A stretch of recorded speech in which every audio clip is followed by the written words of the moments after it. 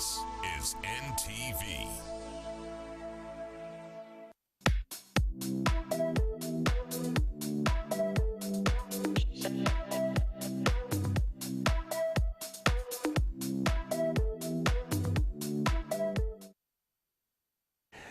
Well, a good afternoon. Ugandans living around areas where the East African crude oil pipeline will pass have been encouraged to take advantage of the benefits that will come with it. The East African crude oil pipeline, measuring 1,543 kilometers, will be constructed in conjunction with Tanzanian government, starting in Kabale in Hoima to the port of Tanga in Tanzania. Now, the oil pipeline will traverse through Hoima, Kikube, Kakumiro, Chankwanzi, Gomba, Mubende, Rwengo, Sembabule, Chotira and Rakai districts in Uganda. Uganda will host 296 kilometers of the pipeline. But where does the EACOP fit in Uganda's energy transition plan? Well, to discuss this and more, I have the Chief Commercial Officer of the Uganda National Oil Company, Mr. Gilbert Kamunti, to discuss this and more. If you want to be a part of this conversation, just tap us on Twitter, look for NTV Uganda, and the conversation is EACOP Uganda. Good to have you, Gilbert. Yes, good to be here. It's an honor to be that we're having a conversation about the pipeline. It is a conversation that has been going on. But for starters, what does UNOC do, the Uganda National Oil Company? Yes. What does it do, and what is your mandate as an entity? Yeah, thank you very much. And good evening, all our viewers online. It's a pleasure to be here and to be with you. Yeah. The Uganda National Oil Company is a key institution in the oil and gas governance of Uganda.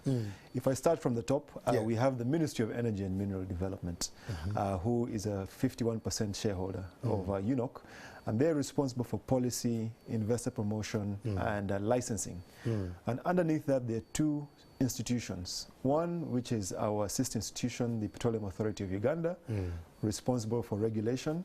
And then where we, as UNOC, come in is any commercial interests and any commercial involvement that the government has in the sector, we are responsible for.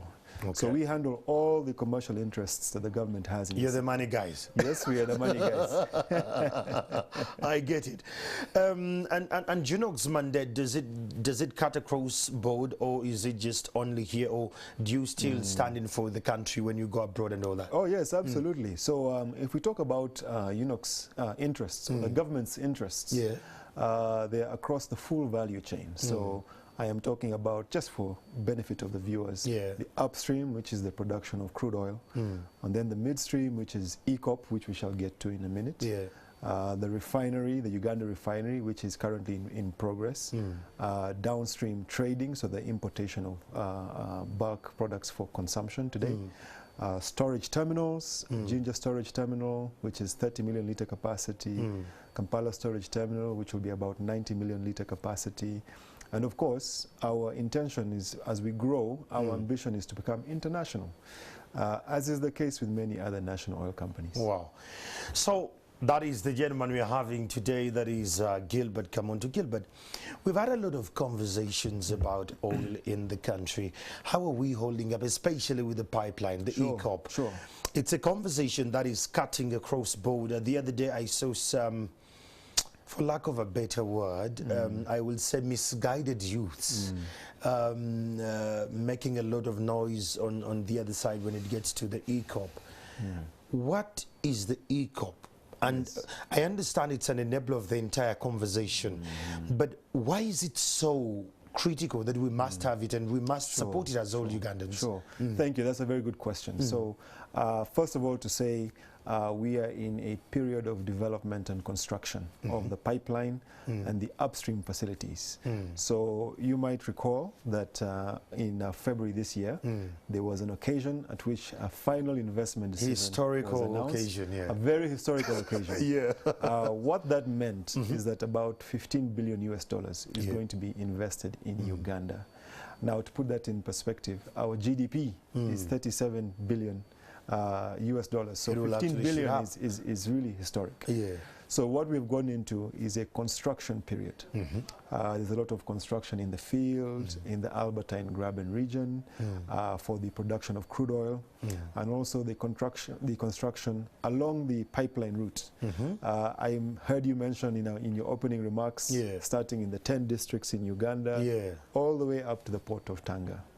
So the construction has started. It is in full force, high gear. There are boots on ground, there are jobs being created. There's a lot of work. It's an exciting time for the oil and gas industry in Uganda. Wow.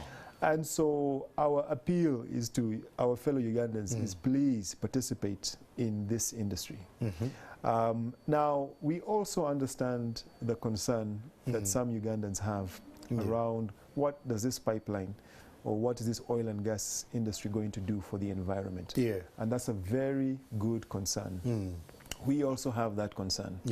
And that led us to ensuring that there's a lot of studies that have been done.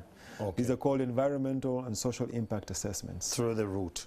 Through the entire route and all the upstream activities. And they've been done to international standards and also with the Ugandan and Tanzanian laws and regulations. So we are aiming to make sure that this project is done to the highest environmental standards. And that is how we're going to progress. And so we believe that EACOP is going to be a real key infrastructure for unlocking the upstream production of Uganda. Now, when you use the word unlocking, I want us to dig a little bit more into that, Gilbert. I don't want. I just don't want to let you go without digging deeper. Unlocking the upstream. Yes. What are we looking at? Sure. And the magnitude. What is at stake here if we don't unlock that? Sure. Oh, that's a very big question. I wonder how long we have. No, we have a time. No, we have some time. Well, the EACOP pipeline is a key enabling infrastructure. Because what it does is it allows the upstream drilling and production of oil to start. And with the drilling of oil, there are at least two things that are going to happen, which Ugandans need to prepare for. I think the first one is, of course, when oil is produced and transported into the international market, we're going to sell it and get funds. This revenue will be put in the Petroleum Fund of Uganda. And I hope during the course of this discussion we talk about the Petroleum Fund. This money will be used for infrastructure development and other development projects in Uganda. Extremely important. The second thing that unlocking the upstream will do is it will provide feedstock or crude oil for a really strategic project for Uganda, which is the Uganda refinery, a 60,000 barrel per day refinery that we are intending to build. If there is no unlocking of the upstream crude oil, then there will be no Uganda refinery, because there will be no feedstock. And it's important for us, as we discussed, to understand the connection of all these projects, because it's an integrated system of infrastructure. And most of us don't seem to pay attention to it. No, we don't. Yes. And when that comes to context, I love the depth of the upstream and how it's going to affect all of us on this end. Many people have actually had issues to do with the environment, and you've addressed that as an entity. But on the other side, have our legislators understood this as well? Because the other day we ran a story and the legislators seem not to understand, or they were off on another leg. Well, it's always a work in progress. I think the task that we have as UNOC and all the oil companies and all the institutions involved in the oil and gas sector is to increase awareness of the environmental and social impacts of the projects. And that can only be done through a lot of stakeholder engagement, including our legislators. So there are a lot of field trips, and I do hope you I've been on down some. a lot. You've been on a few. Okay, great. So there's a lot of community engagement, local community engagement, national engagement, legislative engagement, and all this is aimed to ensuring a high level of understanding of the projects we're getting into and the benefits of these projects that are coming with it. What do you make of our locals when you go on the ground, or the reports you actually receive? Is the populace in one or the other understanding what is coming? Are they skeptical? If they are skeptical, what are they skeptical about? That's a very interesting question. And there are two parts to that question. I think on one hand, our data shows us there's a lot of reception for the project. The local communities believe that this project is going to benefit them. And the compensation of project-affected persons has been progressing well. The participation of local communities is increasing. And so the community buy-in, or what we call in the industry the social license to operate, is high. And so we see that the local communities can understand and anticipate the benefits of this project. Now, that being said, there's also a need for continuous awareness of the business opportunities on the ground. Because this project is going to demand a lot in terms of goods and services. And many of these goods and services can be provided on the ground by Ugandans. By Ugandans, if they are prepared. We are talking about a lot of personnel in the ground who will require food, accommodation, transportation, security. And so we find that there's a lot of work still to be done to get local communities to be ready to participate. So that is where you have, on one hand, an anticipation and a real high level of buy-in for the project, but on the other hand, there's still a gap in preparation to participate. Wow. Fellow Ugandans, if you are one of those who is, a supplier in service or goods, or one of those things, that we're going to need in the oil and gas industry, well, this conversation is critical for you. Get to know how you're going to actually tap into the opportunities that are here. Don't politicize this conversation. Look at it as development if we are to tap into it. Gilbert, let's dive into the Petroleum Fund. What does it do? And why should we interest ourselves in the Petroleum Fund? So the Petroleum Fund is a very interesting concept, benchmarked against many other sovereign wealth funds around the world, in Norway, in Malaysia. I could go on and on. But the importance of the Petroleum Fund is a way of managing the funds that we're going to receive. So that it's not a curse. To avoid the oil curse that many people want to avoid. Andy, we're talking about close to 22 to 25 billion US dollars that the government is entitled to from this project. So it's important for us as Ugandans, through the Petroleum Fund and the mechanisms around that, to ensure that we retain and invest this money both for this generation and for future generations. Wow. So the government of Uganda has created a petroleum fund, and through it there's going to be investment in infrastructure and development projects. There's key oversight from the Parliament of Uganda, and it's a way for us to ensure that this money is well spent and intelligently spent for the benefit of the people of Uganda. Yes. So is the pipeline safe? Someone has just said that on Twitter. Sure. But is it safe? If it's safe, how safe is it? Oh, absolutely, absolutely. Well, where can I start? Well, first of all, it's a 24-inch pipeline, as you mentioned in the beginning. It's going to be buried 6 feet deep, underground. So in normal operation, it will be difficult to tell the pipeline route because the above ground installations will be few and the place will be rehabilitated. Okay. So it will be buried. It has leak detection systems all along the pipeline. In case there is a leak, it will be engaged in real time. Yes, then the leak detection is connected to 24-hour operational monitoring. It has block valves, which are able to isolate any leak if it happens. And also it is insulated. So there's going to be a lot of work to ensure that it is safe. Wow. Yes, so a lot of work has gone into it. We want to assure Ugandans that the pipeline is safe. They do not need to be concerned. Talking about that, it's going to be 6 feet down, and up here it's going to be a little bit of the installations will be minimal. If one Ugandan who you compensated and left the land and sees it's just bare, there is no installation, and they come back and they want to construct something on that, what are the penalties there? Isn't it going to call for some penalties, or how safe is this entire route going to be safeguarded in a way? Yes. Well, it has to be. There's what we call a right of way for the pipeline route. This is, and it's not a lot of land, by the way. It's only about 10 meters wide that needs to be maintained for the life of the project. In case there needs to be access to the pipeline. But the rest of the land will be rehabilitated. People who have been compensated may be able to graze, but only within some limits. They will not be able to build on top of the pipeline. Yeah, I hear you.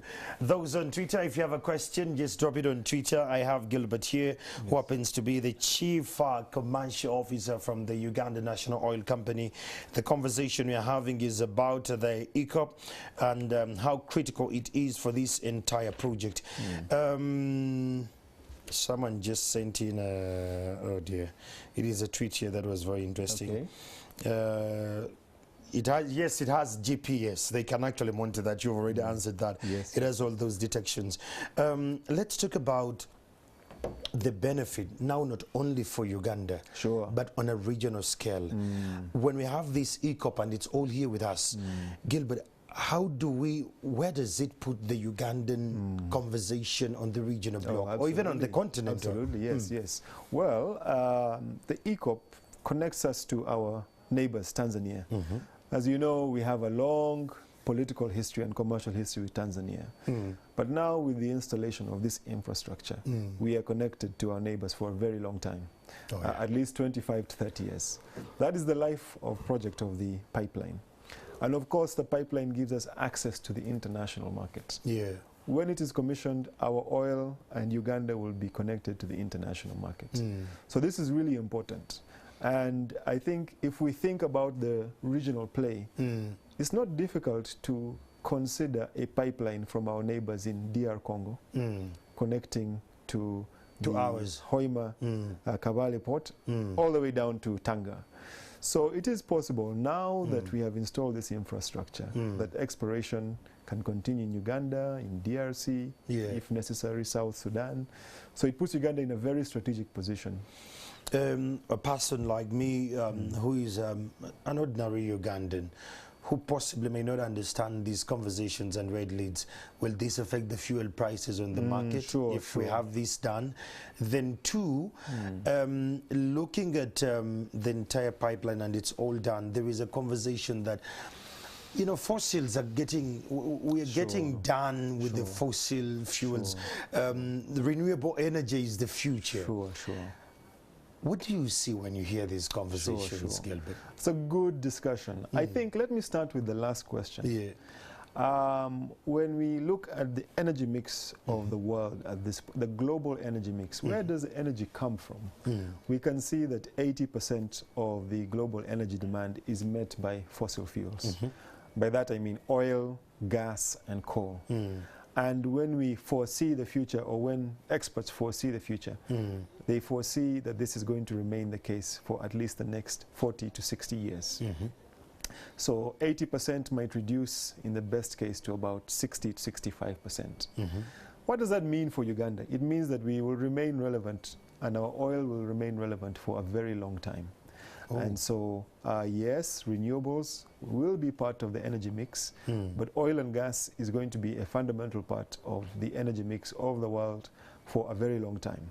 So we should not be concerned that oil and gas is going to become irrelevant, because it won't. Oil and gas provide a very high calorific energy source, and so therefore cannot be ignored. Now, coming to your second question, will it affect the prices of the fuel here today? It's staggering because of the global tide and all. When we have the EACOP and it's all here, and we're drilling a RON, will it affect? Yes, absolutely. Well, the answer is yes. The short answer is yes, because the next project on the radar for the government of Uganda and for Ugandans should be the Uganda refinery. Once we have commissioned our refinery at 60,000 barrels per day, we have a kind of security of supply that we don't have right now. And therefore we will be in a position to discuss supply, the demand in Uganda. At this point in time, Andy, as you well know, 100% of our demand is met by imports. So in a way we are exposed. When prices are high in the market, they come to us immediately. Directly. And they hit it so much. Thank you so much. Those are following this conversation on Twitter, I really want to thank you so much. In studio with me, I have Mr. Kamuntu Gilbert, who happens to be the Chief Commercial Officer from the Uganda National Oil Company. We're discussing the big pipeline that is going to go through the 10 districts of Uganda and the benefits that are there. Let's talk about the benefits when it gets down to the to the communities. Yes. Besides compensation and, you know, giving jobs and all that. Yes. What other amenities are we looking at? Yes, yes. Do we look at education, the health? Yes. Do we have those among the compensations or the benefits that are Well, coming? absolutely. Well, in the compensation, of course, and these compensations, it's important to understand, have been done to the highest international standards.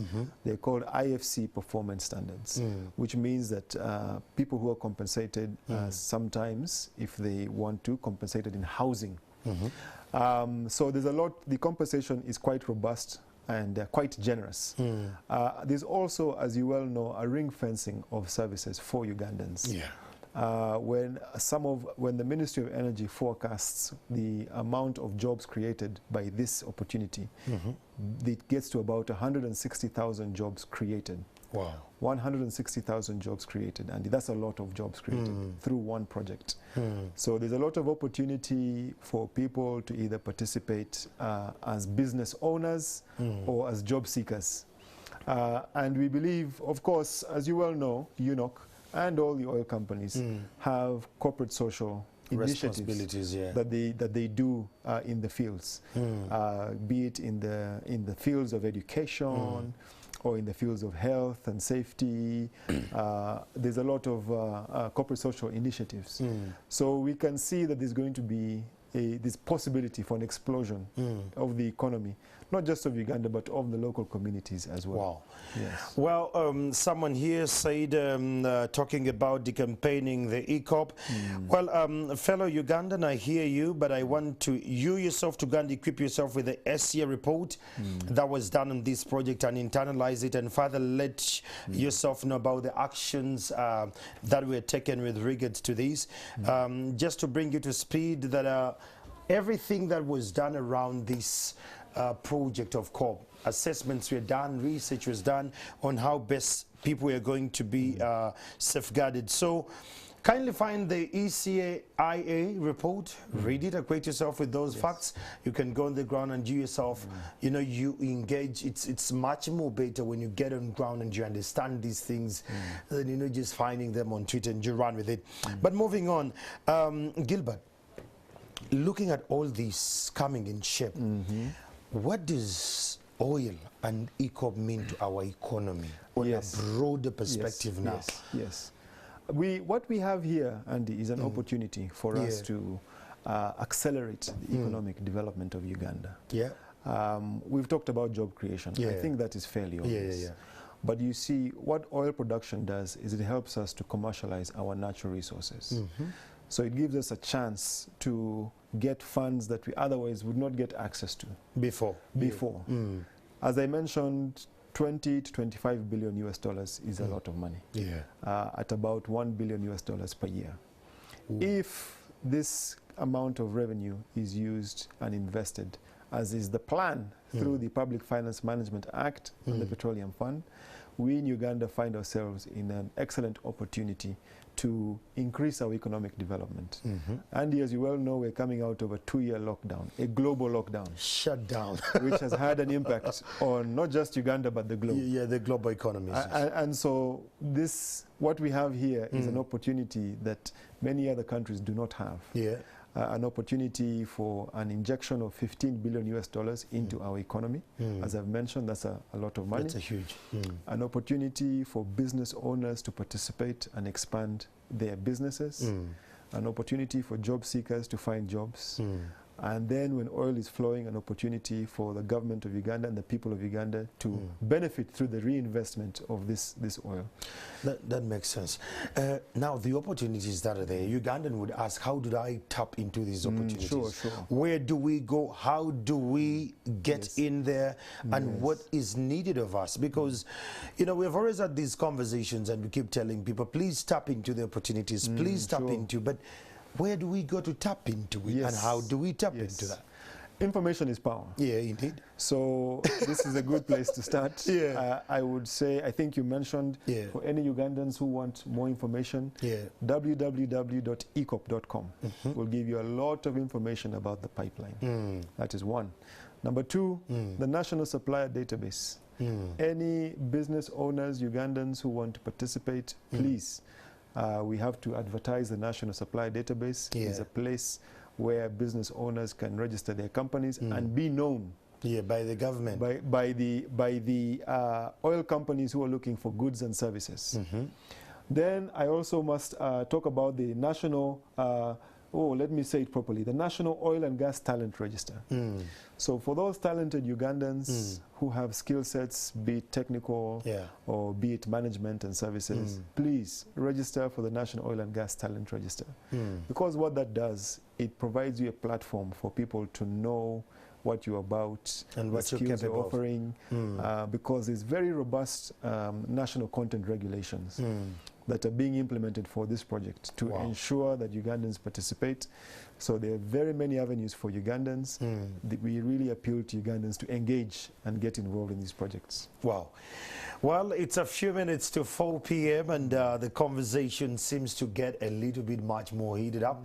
But those with questions, in case there is anyone with a question, possibly we can answer one or two.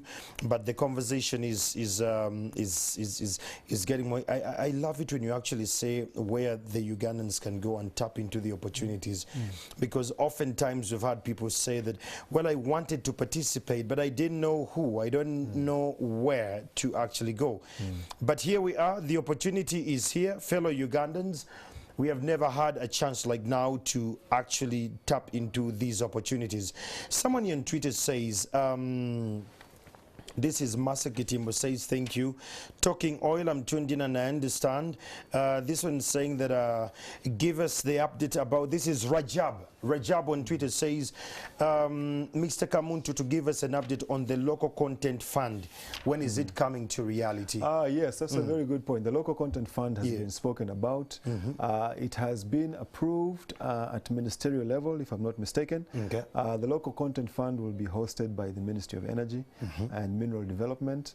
The intention of the local content fund is to provide a capital injection for some of the businesses that qualify. I would request Mr. Rajab, you mentioned, Mr. Rajab, yes. I would say at this point in time, it's still a work in progress. Give it another, I would say, 6 to 12 months, and you should be in position to participate in the local content fund, which is supposed to support small to medium enterprises to ensure that their balance sheets are capable of participating in the oil and gas. Okay, so inclusion is a work in progress. Okay. Yes. Rajab, thank you so much for that question. And this other one says that in a district where there is no reliable internet, I have to move back and forth.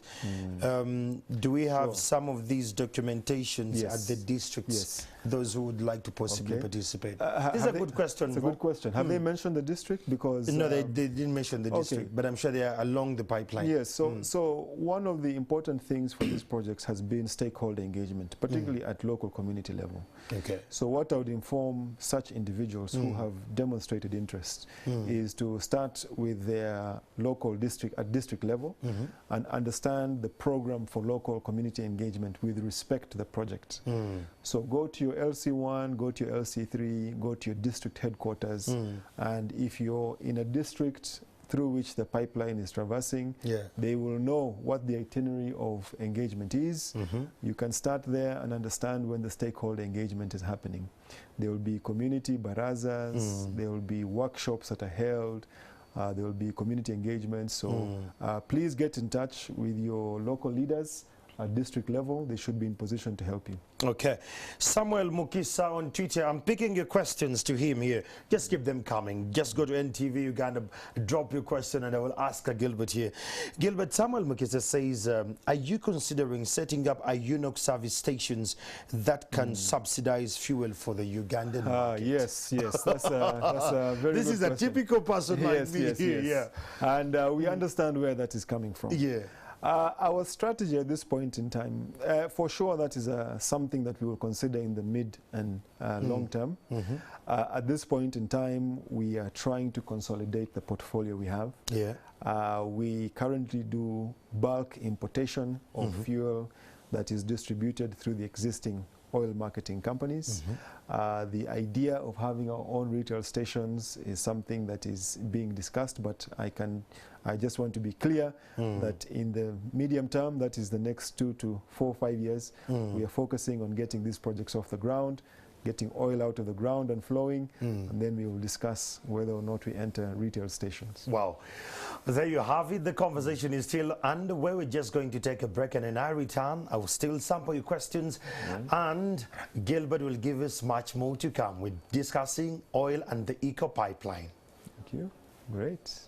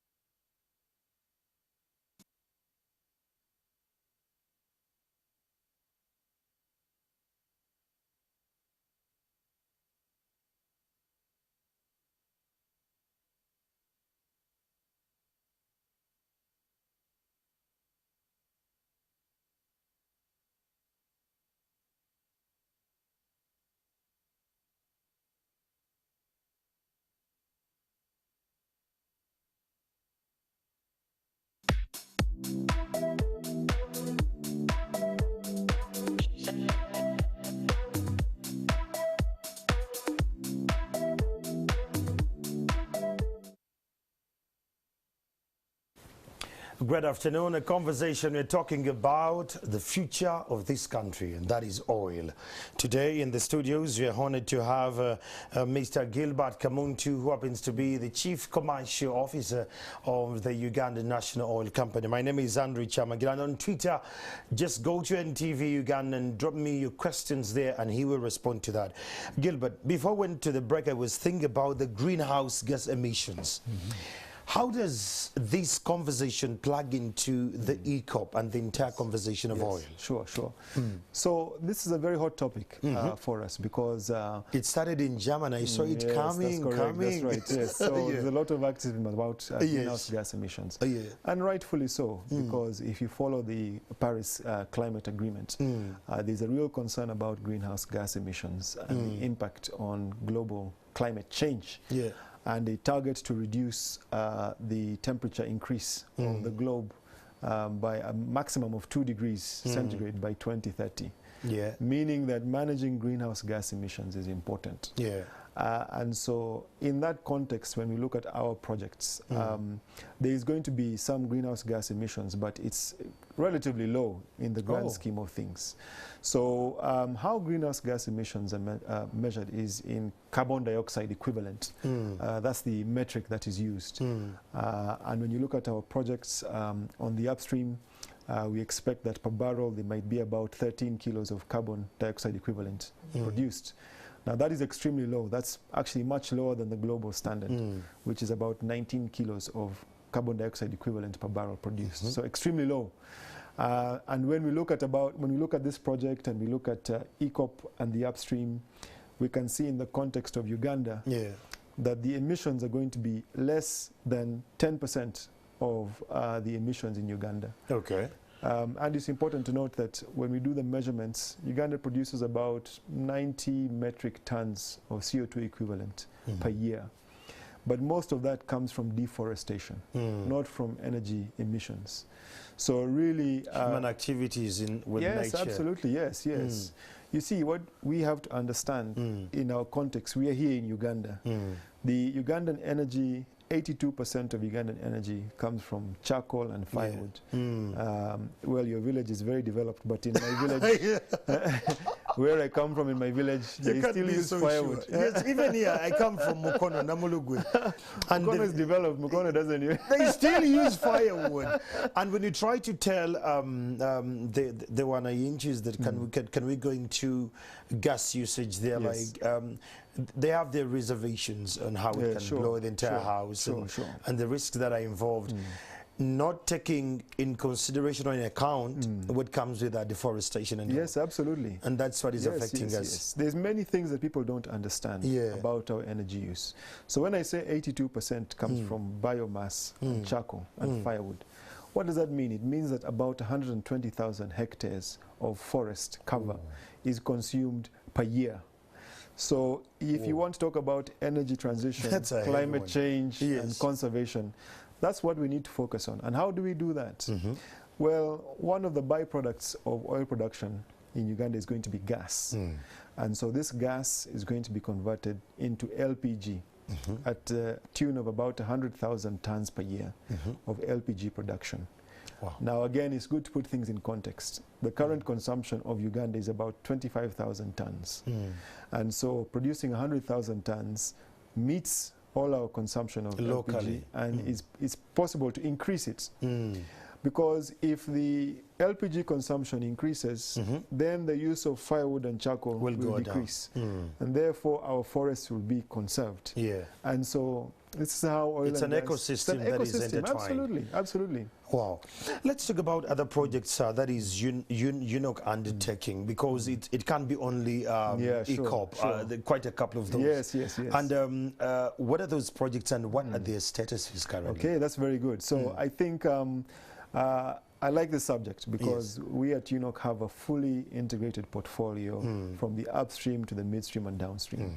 So in the upstream, we intend to get licenses, exploration licenses, oil blocks, let me put it in the language that people know, so that we can produce more oil. Because now that the pipeline is in play, it means that upstream oil production can increase. So we have licenses that we intend to get to produce oil. So we, as UNOC, are going to produce crude oil at some point in the future. In the midstream, and that's a license, we're about to start exploration for crude oil. And in the midstream, as I mentioned, we have the Uganda refinery. The Uganda refinery is the project that is next in the pipeline that we are focused on. That is what most Ugandans actually picked, the refinery. Yes. It's in Hoima, this is what we're doing. That's right. Everyone is actually excited about it, but before it or after it, there are other projects that actually interlock with the same. Yes. So we have some operational projects. Ginger Storage Terminal, which is a 30 million litre storage terminal in Ginger, for storage of finished products. We are in the plan to develop another storage terminal called Kampala Storage Terminal, about 90 million litres. The land has been secured, and we are in the process of securing a joint venture partner for that development. We have Kabale Industrial Park, a very exciting park. It's about 29 square kilometers. I wonder whether you have been down to see Kabale Industrial Park. I have not been there yet. I've been to the Arua Industrial Park. I've been to Kapeka.